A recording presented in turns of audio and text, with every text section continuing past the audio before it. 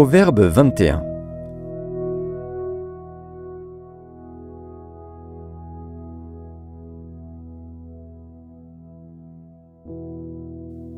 Le cœur du roi est un courant d'eau dans la main de l'Éternel, il l'incline partout où il veut. Toutes les voies de l'homme sont droites à ses yeux, mais celui qui pèse les cœurs, c'est l'Éternel. La pratique de la justice et de l'équité, voilà ce que l'Éternel préfère au sacrifice. Des regards hautains et un cœur qui s'enfle, cette lampe des méchants, ce n'est que péché. Les projets de l'homme diligent ne mènent qu'à l'abondance, mais celui qui agit avec précipitation n'arrive qu'à la disette. Des trésors acquis par une langue mensongère sont une vanité fugitive et l'avant-coureur de la mort. La violence des méchants les emporte parce qu'ils refusent de faire ce qui est juste. Le coupable suit des voies détournées, mais l'innocent agit avec droiture. Mieux vaut habiter à l'angle d'un toit que de partager la demeure d'une femme querelleuse. L'âme du méchant désire le mal. Son ami ne trouve pas grâce à ses yeux. Quand on châtie le moqueur, le sot devient sage. Et quand on instruit le sage, il accueille la science.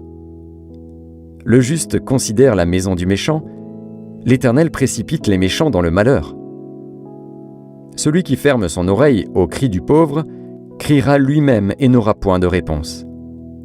Un don fait en secret apaise la colère, et un présent fait en cachette calme une fureur violente. C'est une joie pour le juste de pratiquer la justice, mais la ruine est pour ceux qui font le mal. L'homme qui s'écarte du chemin de la sagesse reposera dans l'assemblée des morts. Celui qui aime la joie reste dans l'indigence. Celui qui aime le vin et l'huile ne s'enrichit pas. Le méchant sert de rançon pour le juste et le perfide pour les hommes droits. Mieux vaut habiter dans une terre déserte qu'avec une femme querelleuse et irritable.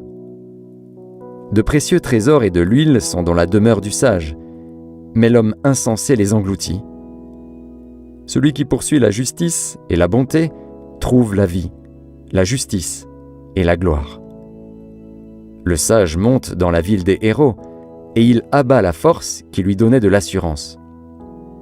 Celui qui veille sur sa bouche et sur sa langue préserve son âme des angoisses. L'orgueilleux, le hautain, s'appelle un moqueur. Il agit avec la fureur de l'arrogance. Les désirs du paresseux le tuent parce que ses mains refusent de travailler. Tout le jour, il éprouve des désirs, mais le juste donne sans parcimonie. Le sacrifice des méchants est quelque chose d'abominable. Combien plus quand il l'offre avec des pensées criminelles. Le témoin menteur périra, mais l'homme qui écoute parlera toujours. Le méchant prend un air effronté, mais l'homme droit affermit sa voix. Il n'y a ni sagesse, ni intelligence, ni conseil en face de l'Éternel. Le cheval est équipé pour le jour de la bataille, mais la délivrance appartient à l'Éternel.